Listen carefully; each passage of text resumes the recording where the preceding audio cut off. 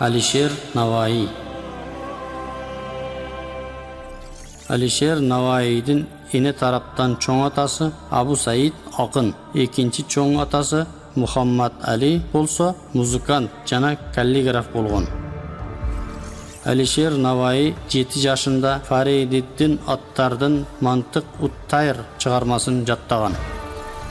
Наваи түрки тилдеги алгачкы хамсаны 2 жылда жазган жана бул чыгарма дүйнөнүн 64 тилине которулган.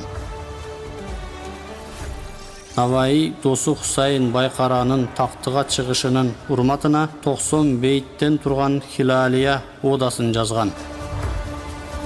Алишер Наваи мамлекеттик ишмер катары мөөрчү, вазир, амир ул кабир жана аким болгон. Алишер Наваи өз фондунун эсебинен Хыратта жана бүткүл Хурасан аймагында 300дөн ашуун курулуш объекттерин курдурган. 2009 жылы Меркурийдеги кратер Алишер Наваидин атына аталган.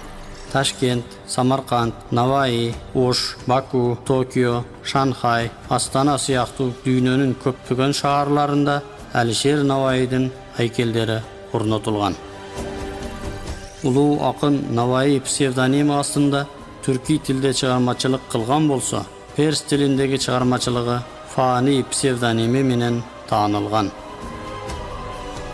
Алишер Наваиге карата аалымдар тарабынан Казал мүлкүнүн султаны, Чечендик мүлкүнүн жаангери сыяктуу мүнөздөмөлөр берилген.